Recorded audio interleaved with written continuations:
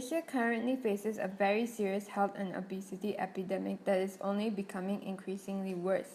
This is because the media, food industry, and government deliberately spread false and biased information about the food we consume. It all started with a scientist named Ansel Keys and the bias study that he conducted called the 7-Country Study. In his study, Keys investigated the relationship between the consumption of fat and the incidence of heart disease in 7 countries. The results showed that the countries that had a high fat intake also had an increased prevalence of heart disease cases. However, there was much more to this story. Keys had actually studied a total of 22 countries and cherry-picked the data to support his theory. Unfortunately for the world, his study gained tons of media and has become a major influence on dietary guidelines and the way we eat. According to the survey I conducted, 71% of my respondents felt that low-fat products are healthy. But this is far from the truth. When food producers remove fat from their products, they often add sugar and other additives. Low-fat products often contain more sugar and are more processed than their full-fat counterparts. Malaysians consume way too much omega-6 fat, and therefore we have an unfavorable ratio of omega-6 to omega-3 fats in our diet. In his book, The Paleo Solution, Robb Wolf stresses the importance of maintaining a favorable omega-3 to omega-6 fat ratio. The rise in omega-6 fats in our diet is due to our increased consumption of vegetable oils, as these oils are often touted as heart healthy by the media. My survey showed that 73% of my respondents feel that vegetable oils are healthy. However, this is far from the truth. Vegetable oils are considered polyunsaturated oils. Thus, this makes them very unstable and fragile. This fragility makes them extremely susceptible to oxidation and rancidity. When we ingest these oxidized fats, they wreak havoc in our body and can eventually lead to the decline of our health. Snack time! Yum! I love me some good old fats. Aren't you ashamed of the life we're living? I just wanna live. Don't really care about the things that they say. Don't really care about what others are made. I just wanna live. Just wanna live. Just wanna live. Just wanna live. Just wanna live. Just wanna live. That was so good. Oh my god, my heart. We have been told for so long how these notorious fats clog our arteries and cause heart disease. Dr. Malhotra, an interventional cardiology specialist registrar at Croydon University Hospital, wrote in the British Medical Journal that there are no recent studies linking saturated fats to heart disease. Kidding, I'm feeling great. Then I saw her face. I'm a believer. According to Dr. Alessio Fasano, director at the Center of Celiac Research in Massachusetts, humans are actually not meant to consume wheat. Zonulin is a protein that is present in every single one of our guts. It is released in 2 instances, when there is bad bacteria in the small intestine, as well in the presence of glycine, which is a component of gluten. And this causes local inflammation. Inflammation anywhere in the body is a very, very bad thing. In minor cases, it can cause things such as food allergies, acne, and bloating, headaches, migraines, and in more major cases, it can cause inflammatory diseases such as multiple sclerosis and rheumatoid arthritis. So maybe next time you feel bloated or if you've got acne, maybe you should try cutting out gluten from your diet for about 30 days and see if this works.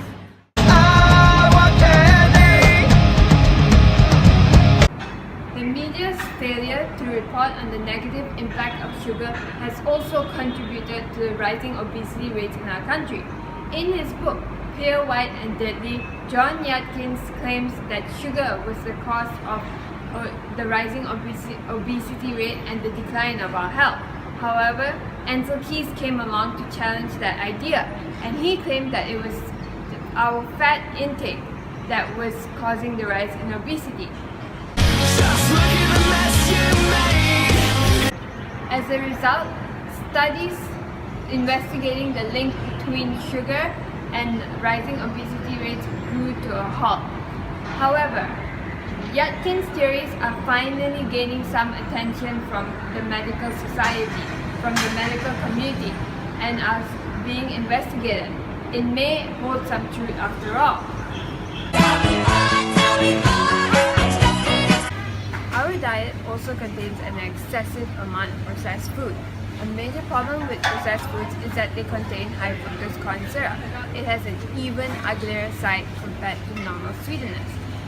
High fructose corn syrup is metabolized very differently in our bodies because it contains a high amount of fructose. It goes directly to the liver.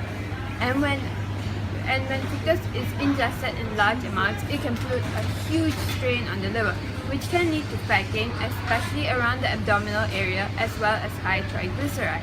Processed foods are also considered hyper-rewarding and super palatable.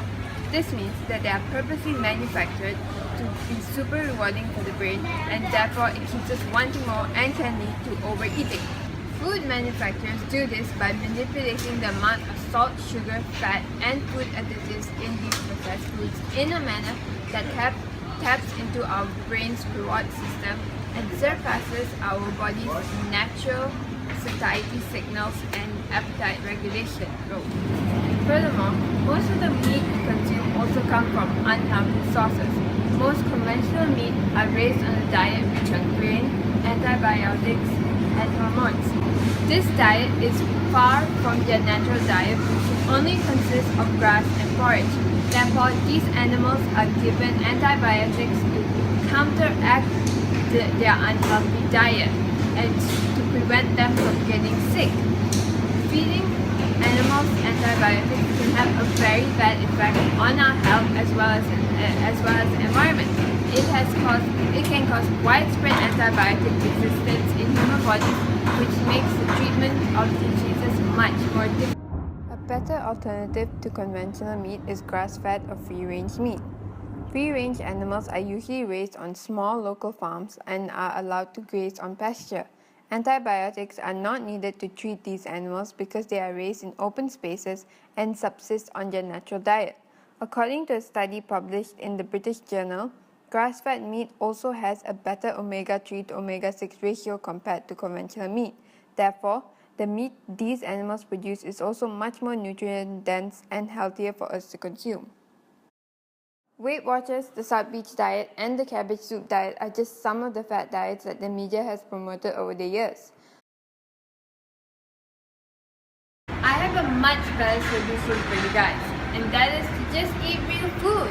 There are countless of traditional cultures all over the world that subsist solely on traditional whole foods. For example, the Maasai tribe in East Africa consume traditional foods such as fermented milk, blood, and meat from the cattle that they raise. The Kitawa, a population that inhabit the Turrbal Islands of Papua New Guinea, get 69% of their calories from carbohydrates. Their diet consists mainly of root vegetables, coconut, fruit, vegetables, and fish. This phenomenon of great health is not just limited to these cultures. The Inuits in northern Canada, or Okinawans in Japan, the Aceh in Paraguay, and many other traditional cultures all exhibit exceptional health. Their diets are pretty much devoid of things like sugar, processed grains, seed oils, refined white flour. These cultures provide a good template on how we should eat. Firstly, we should avoid processed food as much as possible and try to consume whole foods instead. We should also consume meat from grass-fed or free-range animals. If this is unavailable, purchase meat that is lower in fat or leaner cuts, as most of the toxins in conventional meat is usually concentrated in the fat. We should also avoid high fructose corn syrup and vegetable oils at all costs. Instead, consume natural sweeteners such as honey or real maple syrup. For low temperature or normal cooking, use monosaturated fats such as olive oil, and for high temperature cooking, use saturated fats. Ghee, butter, and coconut oil are tasty and easily available options. Consume vegetables and fruits in abundance. Dixon Tam, a nutrition expert that works in CrossFit Palawan, advises to use healthier cooking methods such as grilling, broiling, steaming, or boiling. Healthy Malaysian foods that he recommends to eat are such as tandoori chicken, yong tofu, and popiah. In order to solve the health epidemic in Malaysia, Malaysians need to know the truth about fat, the dangers of certain foods to the human body, the perils of processed foods, as well as the importance of food quality. The media, government, and food industry need to spread scientifically supported dietary information and make this information more widely accessible to Malaysians. Besides that, Malaysians also need to be more vigilant and resourceful in seeking out scientifically supported nutritional advice. And I think it is finally time for Malaysia to give up the title of the most obese country in Asia. I just wanna live.